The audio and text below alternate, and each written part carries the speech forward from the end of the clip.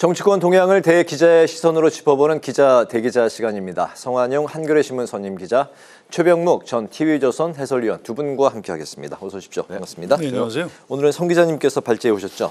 예, 검찰 대장동 항소 포기 이 여파가 계속되고 있고요.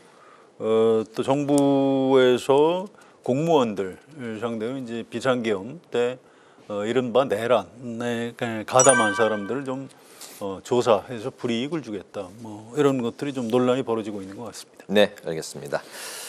대장동 항소 포기로 사퇴 압박을 받았던 노만석 검찰총장 직무대행이 어제 사의를 표명을 했습니다. 1심 판결에 대한 항소를 포기한 지 이제 닷새 만에 사의 표명을 한 건데요. 대검찰청은 당분간 대행의 대행 체제로 운영이 될 걸로 보입니다. 노 대행 내일 퇴임식을 하면서 어떤 그 의견 표명을 할 것인지도 이제 관심을 모으고 있는데요. 이번 그 사의 표명 어떻게 평가하시는지 먼저 최 의원님부터 들어볼까요?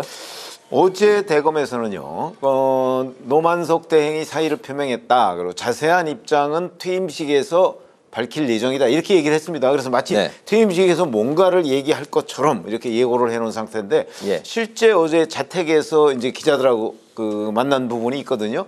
그거에 뭐 조금 더 진전은 된 것 같긴 하지만 아직도 본인이 스스로 결정을 해서 항소 포기를 한 것인지 아니면 정말 대검 과장들하고 얘기했을 때처럼 법무부 차관하고 통화를 통해서 법무부 차관이 세 가지의 선택지를 주었다. 근데 그 세 가지 선택지 다 항소 포기였다. 뭐 이런 입장이었는지가 명확하지가 않아요. 그러니까 명확하게 공개적으로 국민 앞에 지금 얘기를 한 거는 없거든요.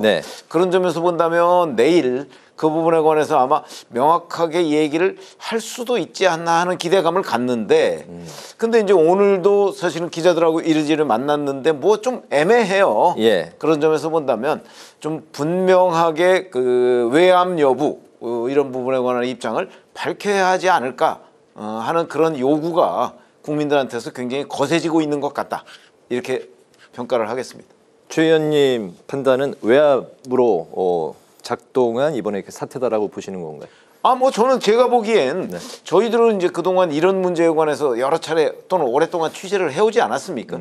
그러니까 지금 정성호 법무부 장관과 이진수 차관 그리고 노만석 대행 사이에 어떤 일이 벌어졌는지는 조금 더 취재를 해봐야 되는 부분이지만 업무의 시스템이나 과거의 관행 같은 걸 우리가 짐작해 보건대는 반드시 이건 외압이 있지 않고서는 있을 수 없는 일이 벌어졌다. 저는 그렇게 보고 있습니다. 네네, 신중히 판단했으면 좋겠다. 정성호 법무부 장관의 이 발언이 과연 정말 외압으로 비춰지는 것인지 노 대행의 사의 표명 후 성 기자님께서는 어떤 부분, 어떤 포인트를 짚으실까요? 글쎄요, 뭐 정성호 장관이 왜 신중하게 검토해라 그런 말을 왜 했는지 좀 납득하기 어려워요. 뭐 그걸 안 했으면 좋겠다 이런 얘기를 그렇게 번역해서 한 거겠죠. 그런데 이런 부분이 있어요. 지금 감옥에 가 있는 윤석열 전 대통령이 아주 유명한 말을 했는데 검찰총장은 법무부 장관의 부하가 아니다. 그렇죠. 이런 말을 했어요. 사실 그렇습니다. 장관이 서면으로 수사 지휘를 구체적 사건에 대해서 할 수는 있지만 이번에 그걸 한 건 아니거든요. 그래서 대행이지만 어쨌든 검찰총장인데 결정에 대한 판단을 했고 거기에 대한 책임도 본인이 져야 되는 겁니다. 그러니까 이거를 이제 뒤늦게 저는 내일 퇴임식에서 아무 말 안 할 걸로 봐요. 그래서 내가 좀 압력받고 얘기했다. 이거는 나는 검찰총장도 아니었다. 이걸 자인하는 거기 때문에 이제 불가능하고요. 다만 이제 인지상정상 이분이 보안 수사권은 꼭 검사들이 유지해야 된다. 이 얘기를 계속 했었거든요. 그래서 이번에 이제 이 항소 포기를 해주면 대통령이나 장관이 검사들한테 보안 수사권을 좀 주지 않겠나 이제 이렇게 계산을 좀 했던 것 같은데 이제 이 계산이 좀 잘못된 거죠. 그래서 또 항소 포기한 이유가 뭐냐 검사들이 물어볼 수 있다고 봅니다. 그러면 답변을 잘 해야 되는데 내 나름대로 이제 법과 원칙에 따라서 내 기준을 가지고 내가 이렇게 소신껏 판단했다 이렇게 하는 게 정답인데. 아니 대통령실하고 장관을 좀 의식하지 않을 수 없었다 이렇게 얘기하면 그건 법과 원칙에 따른 판단이 아니잖아요. 그건 정무적 판단이지. 경영자로서의 입장도 있다 이런 얘기를 했던데 뭐 그런 면도 있겠죠. 그렇지만 그걸 온 국민이 지금 다 보고 있는데 그런 얘기하면 안 되는 겁니다. 검찰총장이. 그래서 전 이미 검찰 내부의 리더십도 많이 무너져 있고 그래서 뭐 사퇴는 불가피하다 이렇게 생각하고요. 네. 뭐 어쨌든 정성호 장관이 국회에 나와서 여러 가지 설명을 하는데 뭐 이 좀 부적절했어요. 아이 그거 알아서 판단해라. 그걸 왜 나한테 물어보냐. 이렇게 해줬어야 되는데 그 부분에 대해서는 정성호 법무부 장관이 좀 사과 같은 걸 하는 게 저는 옳다고 생각을 합니다. 이렇게 해서 좀 이제 좀 수습을 했으면 좋겠고요.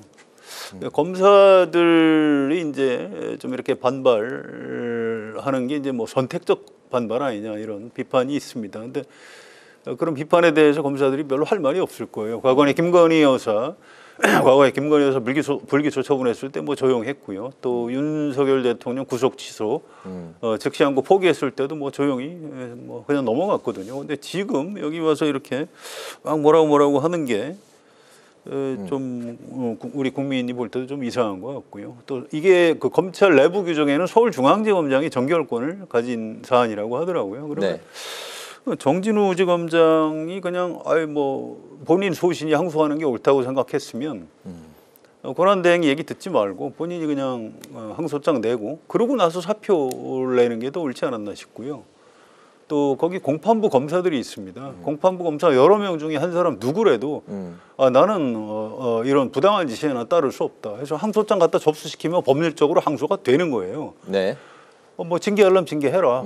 뭐 이렇게 배짱 있는 검사가 단 한 명도 없었다는 게 참 좀 참담하기도 하고 뭐 전 그런 생각을 하고 있습니다. 네, 검찰 조직이 내년에 이제 한 1년 후쯤에 검찰청 이제 폐지 이런 분위기 속에서 좀 많이 침체되어 있는 게 아닌가 이제 그런 생각도 이제 드는데요. 거기에다가 지금 검찰 수뇌부를 그 짜놓은 그 당사자가 이재명 대통령 아닌가요? 그렇기 때문에 제가 보건대는 아마 굉장히 용기 있는 검사들도 있을 텐데 그런 검사들은 이재명 정부의 검찰에서는 요직에 아마 배치가 안 됐을 가능성이 대단히 많다. 그리고 그 검사들한테 왜 용기를 못 냈느냐 이렇게 얘기하는 건 글쎄 당위론적으로는 혹시 맞을 수 있을지 몰라도 현실적으로는 글쎄 뭐 그렇게 모두가 다 검사들이 용기 있게 뭐든지 그 해야 된다 이런 거는 저는 뭐 현실적으로는 적합한 주문은 아니라고 생각을 합니다. 예. 지금 동부지검장 이문정 검사가 과거에 검찰 방침을 거슬러서 무죄 구형을 한 적이 있거든요. 그러니까 실제로 징계를 받았습니다. 그래서 나중에 또 소송을 해서 그 이문정 검사가 이겼어요. 예. 그래서 그게 뭐 그렇게 낯설고 어려운 장면이 아닙니다. 이건 상식적으로 법이라는 게 어떤 국민의 상식적 판단 위에 서 있는 게 법률인데 이거를 무리하게 항소 포기하는 게 맞나요? 그렇다면 상식과 법률 지식으로 무장한 검사들 중에 누군가는 좀 그렇게 좀 했었으면 하고 기대를 했는데 그렇게 안 했더라고요. 그래서 이제 이문정 지검장도 그 부분을 지적을 했어요. 네. 이문정 검사장도 이게 뭐 항소 포기가 잘했다 이렇게 얘기를 하는 거 아닙니다. 그런 사람이 좀 그런 검사가 있었으면 참 좋았겠다. 뭐 이렇게 하고 이제 본인은 검사장도 소명하는데 가담을 안 했더라고요. 저는 뭐 그 말이 옳다고 생각합니다. 알겠습니다. 정치권 여야는 대장동 항소 포기를 두고 대치를 이어가고 있는 형국인데요. 민주당은 검사 반발을 항명이라고 이제 규정을 하고 검사 징계법을 대체할 법안을 이제 발의하겠다고 예고를 했습니다. 국민의힘은 법무부 외압 의혹을 규명해야 한다 이런 이제 입장을 강조를 했는데 여야가 이제 정면으로 맞선 상황 이제 국민은 좀 어느 쪽에 더 힘을 실어줄까요? 아니 분명한 거는 이 사안의 본질적인 측면을 저는 봐야 된다고 보거든요. 네. 그건 무슨 얘기냐면 검사는 검사의 역할이 있어요. 그러니까 범죄 혐의를 수사를 해서 그거를 이제 법원에다가 자 이만저만 해서 이 사람을 처벌해 주세요라고 얘기하는 거잖아요. 근데 만약에 그런 것들이 자기네들 수사한 결과와 맞지 않는다 그러면 당연히 2심에 가서 다퉈봐야 되는 거죠. 예. 근데 지금 2심에 가서 다투지 말라고 얘기를 한 거잖아요. 물론 아까 성 기자님께서 말씀하신 대로 누군가 정말 용기 있게 나의 소신은 이거다. 내가 윗사람이 뭐라고 하더라도 난 이걸 하겠다. 물론 그렇게 하면 돼요. 그런데 그게 모든 검사들이 다 그렇게 하라? 글쎄 그게 현실적으로는 시스템이 그렇게 움직이질 않아요. 네. 그렇기 때문에 제가 보건대 이제 그동안 다 뭐 중앙지검이든 대검이든 법무부든 심지어는 대통령실까지 그 아주 중요한 사건은 결재를 받아서 처리해 왔거든요. 근데 이제 이런 부분이 하지 말라고 자꾸 얘기를 하니까 네. 하겠다는 거를 신중히 검토하라고 2번씩이나 얘기한 거 아닙니까? 그거 하지 말라는 얘기죠. 그러면 이제 거기에 대해서 그 노만석 검찰총장 대행이 자 하지 말라고 하는데 본인이 물론 고민을 했겠죠. 이걸 어떻게 할 것인지. 그래서 이제 결국 그 하지 말라는 거를 그대로 따른 건데 글쎄 여하튼 본질적인 부분은 검찰의 역할을 제대로 했느냐 안 했느냐 이거지 뭐 따랐느냐 항명했느냐 아니면 지금 이렇게 그 다른 부분에 관해서 다른 검사들이 네. 반발을 하는 것이 항명이다. 이거는 뭐 특별히 무슨 그 지금 반발하고 있는 검사들한테 지시한 건 없잖아요. 그런 점에서는 항명이라는 논리 자체가 말이 안 되고요.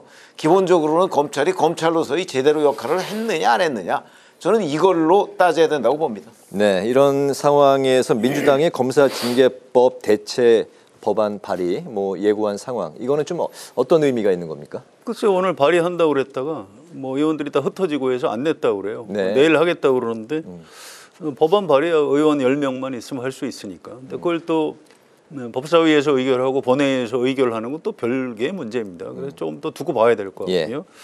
일단 항명이라는 말 자체는 그 이제 군인들한테 쓰는 말입니다. 전쟁하는데 이 지시 안 따르면 큰일 나죠. 전쟁에서 지고 목숨을 잃으니까 항명 이런 게 있는 겁니다. 검사들은 과거에 상명하복의 원칙, 뭐 동일체 원칙 이런 게 있었는데 그거 문제가 있다고 해서 개정했어요. 그래서 이 상황하고 항명하고는 잘 안 맞고요. 네. 이 문제 제기하는 검사들이 검찰 내부망에다가 아니 뭐 총장 권한대행이 이렇게 결정했는데 이게 어떻게 된 겁니까? 설명 좀 해주세요. 또 이제 좀 더 과격하게 나간 검사들은 이거 잘못 결정하신 것 같은데 그러면 물러나시는 게 옳지 않겠습니까? 이런 얘기까지 한 거예요. 네. 이걸 갖고 항명이라고 할 수 있는지 좀 의문이고요. 이걸 갖고 또 징계를 하는 게 타당한지. 검사 징계법에 보면 뭐 정치운동 금지 이 조항을 위배할 때 이제 검사들을 징계할 수 있게 돼 있습니다. 그래서 이걸 가지고 뭐 검사징계법 개정해서 뭐 어떻게 하겠다. 이거는 민주당에서 좀 잘못하고 있는 거라고 저는 보고요. 그런데 이제 그 정성호 장관은 민주당 주장대로 이 검사들이 이렇게 선택적 반발하는 거 아니냐. 라는 게 국민 감정상 보면 꽤 일리가 있어요. 그래서 이 검사들도 이 문제를 가지고 뭐 더 이상 네. 뭐 논란을 일으키거나 이렇게 하는 건 별로 지혜로운 것 같지는 않습니다. 양쪽 다 좀 자제할 필요가 있다고 생각합니다. 네, 대장동 항소 포기 이슈를 두고 이제 10여 분가량 두 분의 이제 말씀을 좀 길게 들어봤습니다. 다음 이슈로 이제 넘어가 보면은 오늘 본회의에서는 국민의힘 추경호 전 원내대표의 체포 동의안이 예정대로 이제 보고가 됐습니다. 추 전 대표는 비상계엄 당시 국회 계엄 해제 표결을 방해한 혐의로 구속영장이 청구가 된 상태인데요. 체포 동의안의 표결은 오는 27일에 진행이 될 예정입니다. 2주 후가 될 텐데 추 전 대표의 구속 여부 지난주에도 이제 다뤘던 이슈이긴 한데요. 두 분 현재 상황에서는 어떻게 지난주 입장과 좀 비슷합니까? 그때 아마 기각이 될 가능성을 좀 높게 보신 것 같은데요. 예, 뭐 그렇긴 한데 이거 참 예측이 잘 안 돼요. 뭐 권성동 의원도 나는 아무 문제 없으니까 저 가결시켜달라 체포동의안 그렇게 했는데 덜컥 구속됐잖아요. 또 뭐 그런 건이 많습니다. 그래서 네. 이게 판사들이 영장을 기각하고 발부하는지에 대해서 제가 웬만하면 예측을 잘 하지 않습니다. 하도 많이 틀려서. 네. 근데 어쨌든 이게 영장 발부 여부에 따라서 이 특검 수사가 좀 상당히 좀 달라질 겁니다. 어쨌든 구속이 된다면 이 법원이 이 국민의힘 의원들이 계엄 해제 방해하려고 했다 이 혐의에 대해서 어느 정도는 인정을 하는 거기 때문에 국민의힘이 좀 타격을 받을 수 있고요. 반대로 기각이 되면 이거 특검 수사가 좀 너무 무리하구나. 이렇게 국민들은 생각을 할 겁니다. 네. 그래서 이 영장이 발부되느냐 기각되느냐가 좀 굉장히 좀 중요한 정치적 의미를 가질 수밖에 없겠다. 이렇게 보고 있습니다. 알겠습니다. 체포 동의안 표결은 뭐 민주당이 이제 다수 의석을 그렇죠. 차지하고 있어서 이제 뭐 통과될 걸로 전망이 되고 그렇다면 이제 구속 여부인데 예, 그렇죠. 어떻습니까? 그러니까 지금 말씀하셨듯이 사실 이게 국회 표결을 방해했다는 거잖아요. 근데 우선 지난주에도 제가 잠깐 말씀드렸지만 네. 방해의 구체적인 행동이 없어요. 그냥 뭐 의총 회의장을 여기로 갔다 저기로 갔다 그 몇 번 변경했다는 건데 글쎄 그거야 뭐 의총장 그때 국회가 뭐 그 봉쇄됐다 아니다 뭐 이렇게 우왕좌왕할 때잖아요. 네. 그렇기 때문에 그걸 가지고 방해했다고 하기는 어려울 것 같고 그다음에 또 하나는 국민의힘이 방해해봤자 소용이 없어요. 이제 방해해봤자 국민의힘 어차피 107명밖에 안 되잖아요. 예. 그렇기 때문에 민주당만 가지고서도 충분히 해제를 할 수 있기 때문에 방해했다고 하기도 어렵고 그다음에 당시 국민의힘 대표인 한동훈 전 대표는 찬성을 했고 그렇죠? 네. 계엄 해제에 그렇기 때문에 이걸 추경호 원내대표 혼자 또는 몇몇 그 의원들하고 같이 계엄 해제를 반대했다, 방해했다.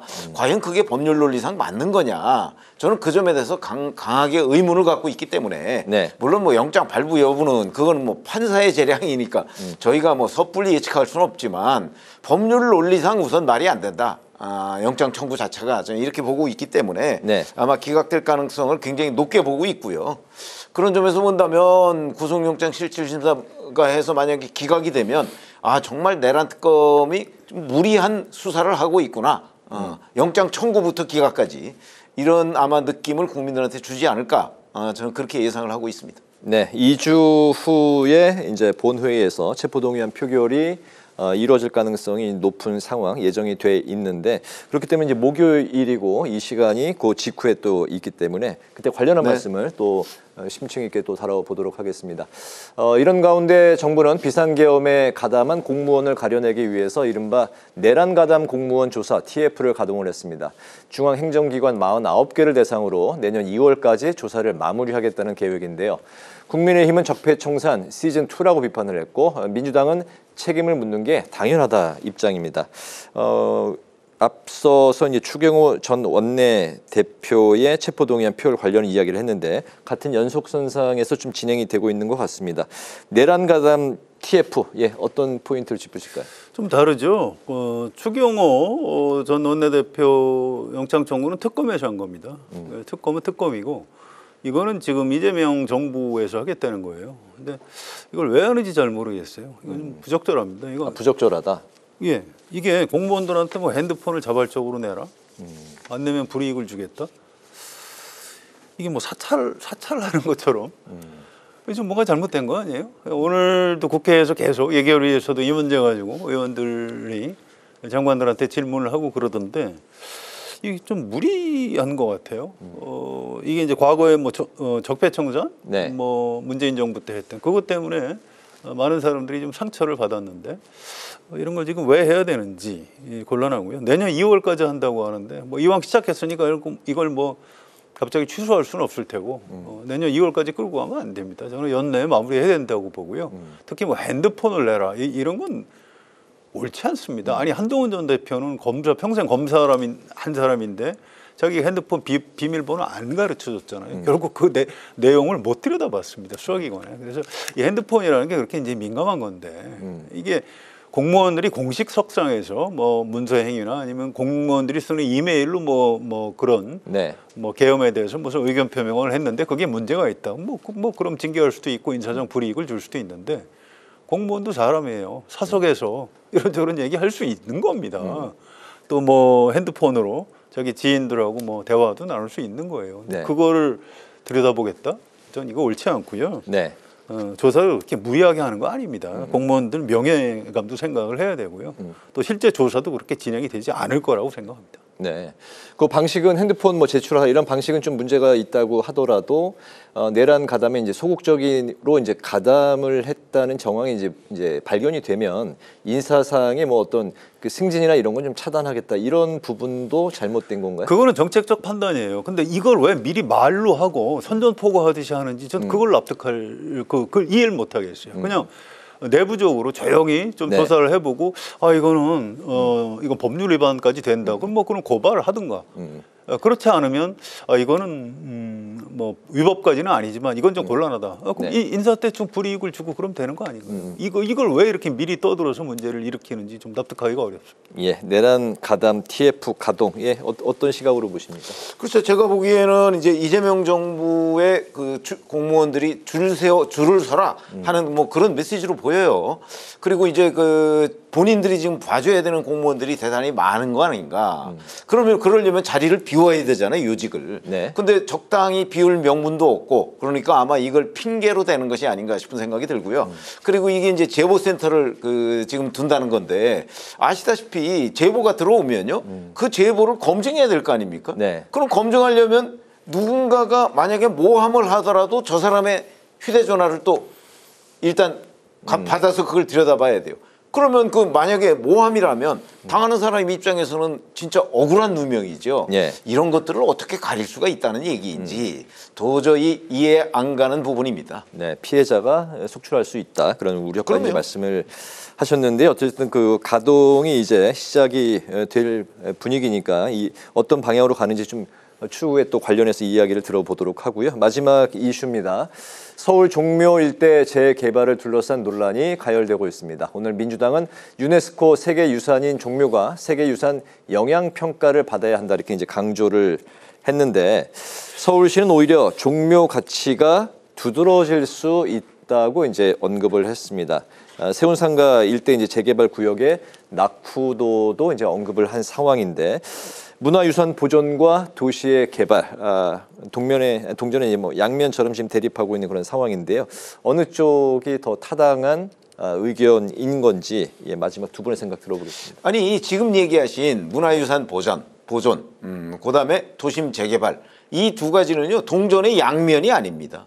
저는 그냥 같은 면이라고 봅니다. 무슨 얘기냐면 두 가지 가치를 다 지켜야 되죠. 근데 두 가지 가치가 충돌하는 게 아닙니다. 이게 지금 종묘를 부수고 거기다가 재개발한다는 게 아니거든요. 예. 종묘의 앞에 거기에 여러 가지 흉물스러운 그 세운상가나 뭐 이런 것들이 있는데 그거를 녹지축을 만들어서 그 하여튼 훼손하지 않는 범위 내에서 재개발을 하겠다는 거거든요. 예. 그러니까 이 두 가치는 저는 충돌하는 거라고 생각하지 않고요.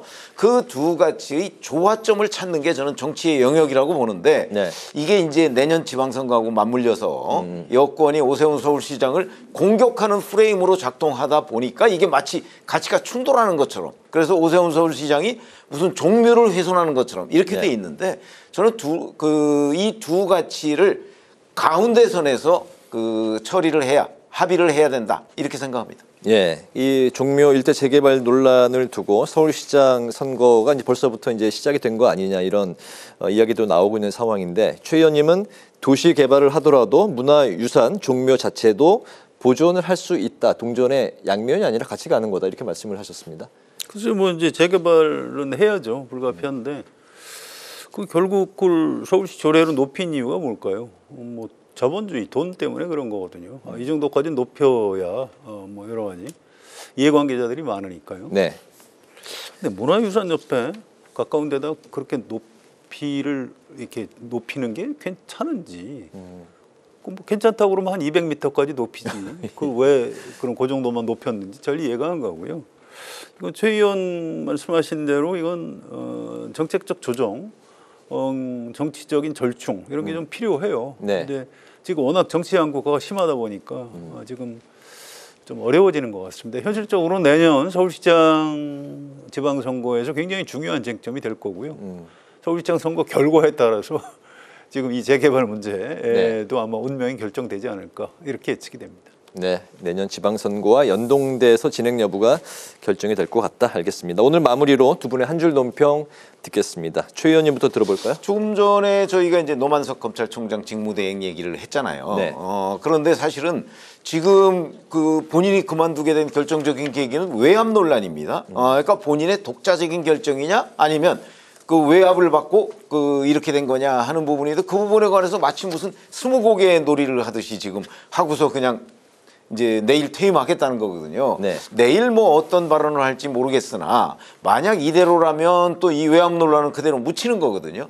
그런 점에서 보면 책임성 있게 이 그 상황을 실체를 밝혀야 한다는 입장에서 오늘 한 줄 논평은 검찰총장이라는 사람의 무책임으로 하겠습니다. 네, 송 기자님. 예, 검찰 항소 포기 사건이 있었고요. 그런데 오늘 오전에 어떤 여론조사 결과를 보니까 대통령하고 민주당 지지도가 뭐 별로 안 떨어졌더라고요. 내일 또 뭐 한국갤럽에서 매주 하는 여론조사 결과가 나오니까 그걸 좀 보긴 봐야 되겠는데. 네. 그래서 이게 이 검찰이니 뭐 사법개혁이니 이런 쟁점들이 법조인들이나 뭐 정치 고관여층들 또 이제 우리처럼 언론 이런 데서는 굉장히 중요한 사안으로 다루지만 실제 일반 국민은 좀 다르게 받아들일 수도 있는 것 같아요. 역시 내년 이제 지방선거 앞두고 현 정부에 대한 뭐 중간평가 성격이 될 텐데 역시 중요한 건 뭐 일자리 또 뭐 부동산 뭐 경제 뭐 이런 것들 네. 그런 게 훨씬 더 큰 영향을 미치지 않을까 이런 생각이 듭니다. 그래서 오늘 제 한 줄 논평은 네. 결국 민생으로 평가받을 것이다라고 하겠습니다. 네, 지방선거에 대한 전망까지 해주셨습니다. 이제 기자 대기자 마치겠습니다. 지금까지 성환용 한겨레신문 선임 기자, 최병묵 전 TV조선 해설위원 두 분과 함께 오늘의 전국 현안 두루 살펴봤습니다. 말씀 잘 들었습니다. 고맙습니다.